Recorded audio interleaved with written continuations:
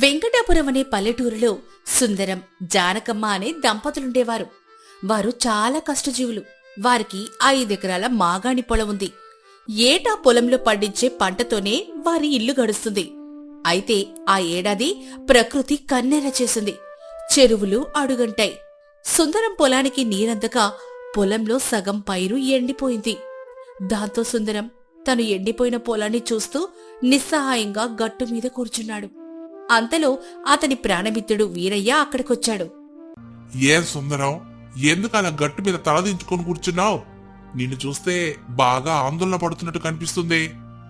అదిగో నా పొలం వైపు చూడు వీరయ్య. ప్రాణం పెట్టి పెంచిన పైరు నీరు లేక కళ్ళ ముందే ఎండిపోతుంది. ఈ ఏడాది సాగు కోసం పెట్టిన పెట్టుబడి కూడా ఇప్పుడు వచ్చేలాగే లేదు. ఇంకా కూలీలకు డబ్బులు ఇవ్వాలి. అసలు ఈ ప్రకృతి మన మీద ఎందుకు ఇంత పగబట్టిందో ఏంటో. అలా దిగులు పడక మిత్రమా. ఒక్కరి పొలమే కాదు, ఊర్లో అందరి పరిస్థితి అలాగే ఉంది. కాలం ఎప్పుడూ ఒకేలా ఉండదు. ఒక్కోసారి కష్టాలు వస్తాయి, కానీ మనం ధైర్యం కోల్పోకూడదు. ఇలా నిరాశతో కుంగిపోయి ఏం సాధిస్తావు? ధైర్యం ఎలా వస్తుంది వీరయ్య? ఇంట్లో చూస్తే ధాన్యం నిల్వలు తగ్గిపోతున్నాయి. ఇక్కడేమో పంట చేతికి వచ్చేలాగే లేదు. జీవితం గురించి ఆలోచిస్తే నా మనసు కాకావికలమైపోతోంది. విచారించకు సుందరం. ఈ ఎండాకాలం గడిస్తే మళ్ళీ వర్షాలు వస్తాయిగా. అప్పటిదాకా ఉన్న దాంట్లోనే సర్దుకుపోదాం. ఎండ మండుతుంది. పద ఇంటికి వెళ్దాం. ఇక్కడుంటే వడదెబ్బ తగులుతుంది. సుందరం భారమైన అడుగులతో ఇంటికి చేరుకున్నాడు. సుందరాన్ని చూడగానే ఆమె సుందరం దగ్గరికి వచ్చింది. ఏవండి, పొలం నుంచి అప్పుడే వచ్చేశారా? మీ ముఖం అలా ఉందేంటి? ఎండకు మీరు నీరసించిపోయినట్టున్నారే. కాస్త మంచినీళ్ళు తాగండి. జానకి, మన పొలం సగం ఎండిపోయింది. నీరు లేక పైరు తలలు వాల్చేసింది. ఈ ఏడాది మన బతుకు ఎలా గడుస్తుందని భయంగా ఉంది. దిగులు పడితే ఏం వస్తుందండి? ప్రతి సమస్యకి ఏదో ఒక మార్గం ఉంటుంది. అన్నట్టు ఇంట్లో కూరగాయలు పూర్తిగా అయిపోయాయి. వంటలోకి ఏమీ లేవు. కాస్త అంగడికెళ్ళి ఏమైనా కూరగాయలు తీసుకురారా? సరే జనకమ్మ, ఈ ఎండకు కూరగాయలు కూడా దొరకడం కష్టమేమో. అయినా వెళ్ళి చూస్తాను. సుందరం కూరగాయల కోసం ఊరి చివర ఉన్న వెంకమ్మ కొట్టుకు వెళ్లాడు. వెంకమ్మ ఆ ఊరిలో ఏకైక కూరగాయల వ్యాపారి. కొట్టు దగ్గర జనం గుమ్మికుడున్నారు. సుందరం అక్కడికెళ్లి సరుకులు చూశాడు. కొన్ని వంకాయలు వాడిపోయున్నాయి. సొరకాయలేమో ఎండిపోయి కనిపిస్తున్నాయి. నాణ్యత తక్కువగా ఉన్నా ధరలు మాత్రం చుక్కల్ని తాకుతున్నాయి. వెంకమ్మక్క, ఈ వంకాయల ధర ఎంత? ఈ వంకాయలు అరకిలో 10 వరహాలు. ఏంటి, 10 వరహాలా? అంత ధరైతే సామాన్యులు ఏం తిని బతకాలి వెంకమ్మక్క? మొన్నటిదాకా 5 వరహాలకి ఇచ్చావుగా. ఏం చేస్తాం సుందరం, ఎండకు చెట్లన్నీ మాడిపోతున్నాయి. ఎక్కడా పచ్చదనమే లేదు. అప్పుడు పరిస్థితి వేరు సుందరం. ఇప్పుడు నీరు లేదు, పంట లేదు. పక్కూరు నుంచి సరుకు తేవాలంటే బండి ఖర్చులు పెరిగిపోయాయి. ధరలు ఆకాశాన్ని అంటకి ఏం చేస్తాయి? మరీ ఇంత ఘోరమా? సరే, ఆ చిక్కుడుకాయలు, కొన్ని టమాటాలు ఇవ్వు. మా ఇంట్లో పరిస్థితి కూడా బాలేదు. పంట పండగ ఆదాయం తగ్గిపోయింది. చూడు సుందరం, నీ ఒక్కడికే కాదు, ఊరంతా అదే బాధ పరిస్థితి. పొట్ట నింపుకోవాలిగా. ఇవిగో, నువ్వు అడిగిన కూరగాయలు తీసుకెళ్ళు. సుందరం అయిష్టంగానే కొన్ని కూరగాయలు తీసుకుని ఇంటికొచ్చాడు. సుందరం తెచ్చిన అరకొర కూరగాయలు చూసి జానకమ్మ నివ్వెరపోయింది. ఏవండి, ఇంతసేపు వెళ్ళి ఈ 4 కూరగాయలైనా మీరు తెచ్చింది? ఏం చేయమంటావు జానకి? కూరగాయల ధరలు వింటే గుండె జల్లుమంటుంది. అన్ని కూరగాయల ధరలు ఆకాశాన్ని తాకుతున్నాయి. మన దగ్గరున్న ధనం తక్కువ, సరుకుల ధర ఎక్కువ. ఈ ఎండాకాలంలో కూరగాయలు కొనడం మన వల్ల అయ్యే పని కాదు. ఉన్న వాటితోనే ఏదోలా సర్దుబాటు చెయ్యి. అవునా? ధరలు అంతలా పెరిగాయా?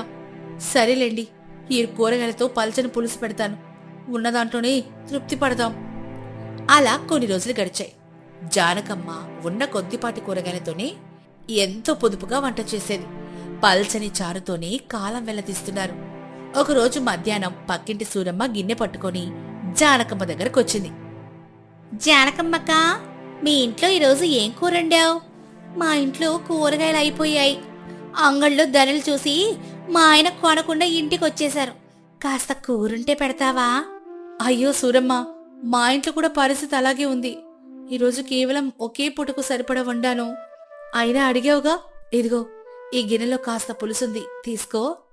చాలా కృతజ్ఞతలక్క.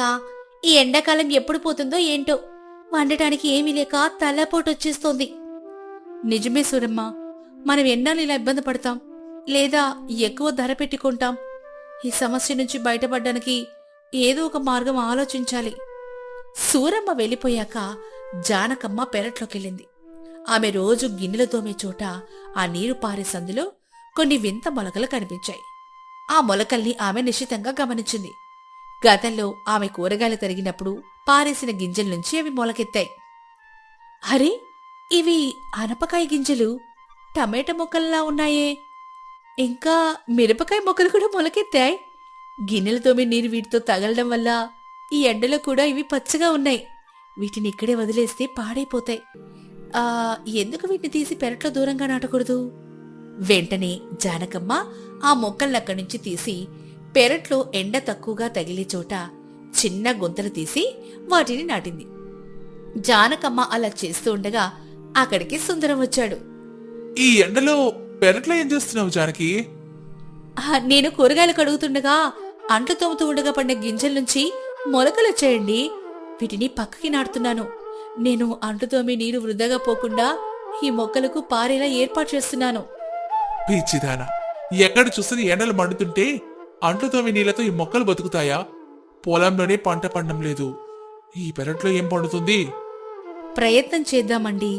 గిన్నెల తోమిన నీరు, మన స్నానం చేసిన నీరు వృధాగా పోవడం కంటే వీటికి ఆ నీటిని మళ్లిస్తే మనకేమైనా ఉపయోగం ఉంటుందిగా. కొన్ని మొక్కలైన బ్రతికి మనకి కూరగాయలు ఇస్తాయని నా ఆశ. సరే, నీ ఇష్టం. నీకోసం నేను కూడా ఆ నీళ్లు పారేలా చిన్న కాలువ తీస్తాను, కాని ఫలితం మాత్రం ఆశించుకు. జానకమ్మ పట్టుదల వదల్లేదు. ప్రతిరోజు వంటింటి నీటిని ఆ మొక్కలకు పోయేలా చూసేది. ఆశ్చర్యంగా 10 రోజులకే ఆ మొక్కలు చిగురించి పైకి లేచాయి. ఊరంతా కూరగాయల కోసం తిప్పలు పడుతుంటే జానకమ్మ పెరట్లో పచ్చదనం పరిమళించింది. ఏవండి, చూసారా మన మొక్కలకి కూరగాయలు ఎన్ని కాసాయో? ఈ కూరగాయలకి మనం ఒక్క పైసా కూడా ఖర్చే పెట్టలేదండి. ఇవాళ మన ఇంట్లో తాజా కూర వండుకోవచ్చు. నీ చేతులు అద్భుతం చేసే జానకి. ఈ ఎండలో కూడా ఇవి ఎంత బాగా కాస్తాయని నేను అస్సలు ఊహించలేదు. నీ తెలివికి మెచ్చుకోవాలి. బయట ధరలు ఇంకా పెరుగుతూనే ఉన్నాయి, కానీ మన ఇంట్లో మాత్రం ఆ ధరల బెంగే లేదు. ఇంకొక విషయమండి, ఈ కూరగాయల్లో ముద్రణ గింజలు తీసి మరికొన్ని మొక్కలేద్దాం. చుట్టుపక్కల ఖాళీగా ఉన్న స్థలంలో తోట పెంచుదాం. మన వాడకం నీరు వీటికి సరిపోతుంది. అలా జానకమ్మ తన ఇంటి పెరటిని ఒక చిన్న తోటలాగా మార్చేసింది.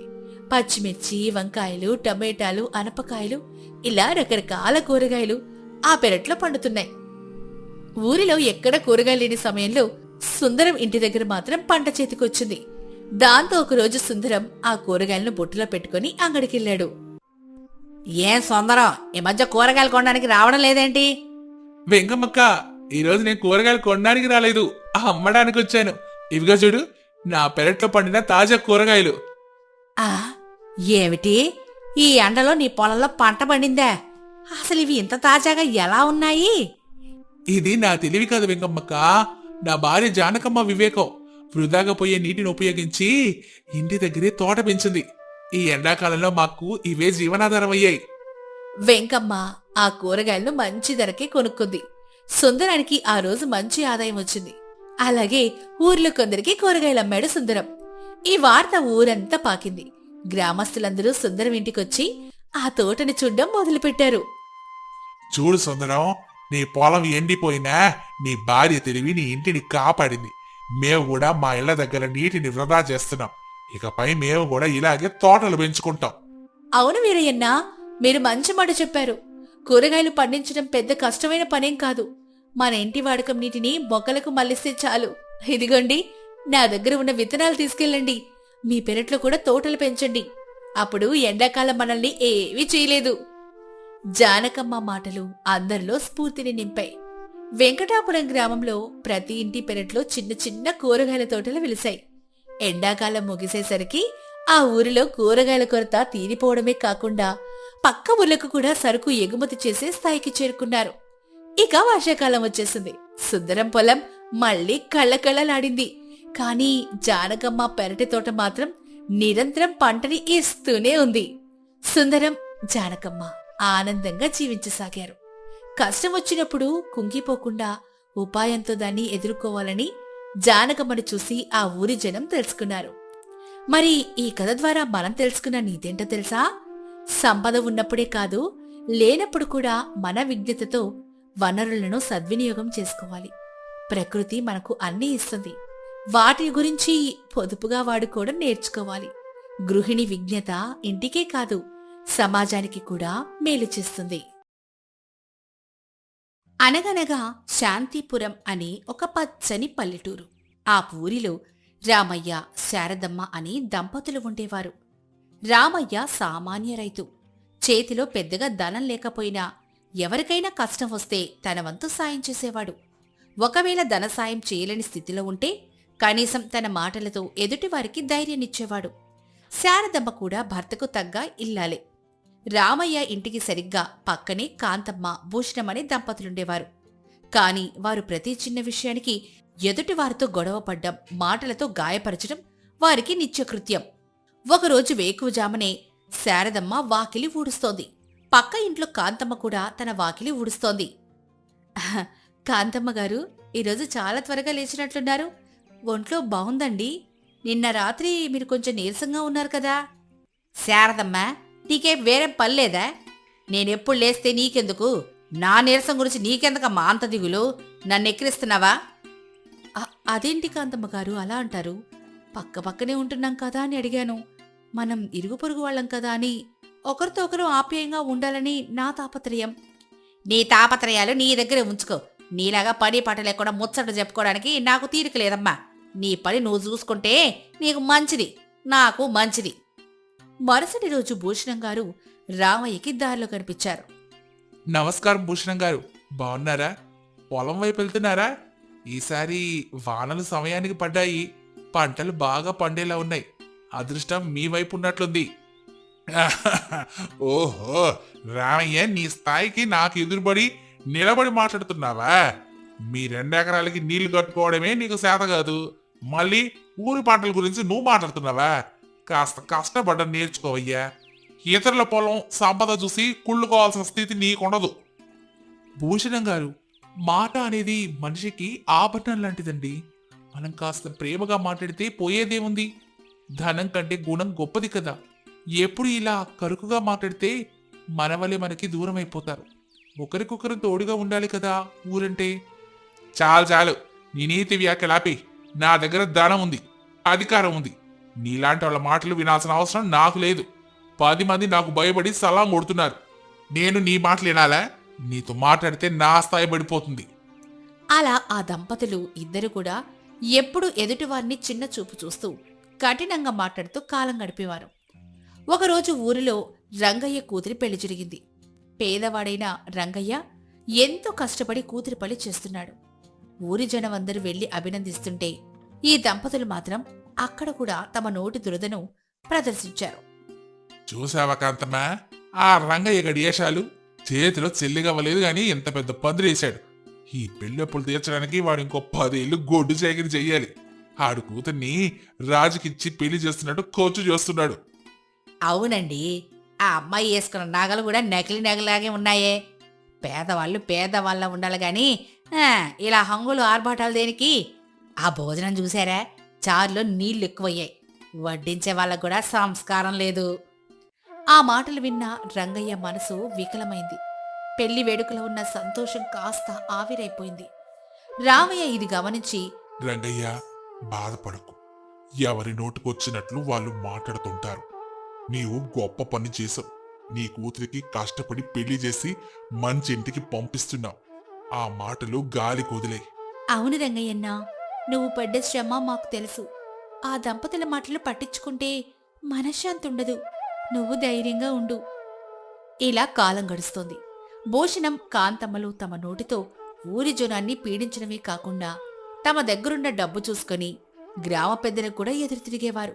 ఏ విషయంలోనైనా వారన్నదే జరగాలని మూర్ఖంగా వాదించేవారు.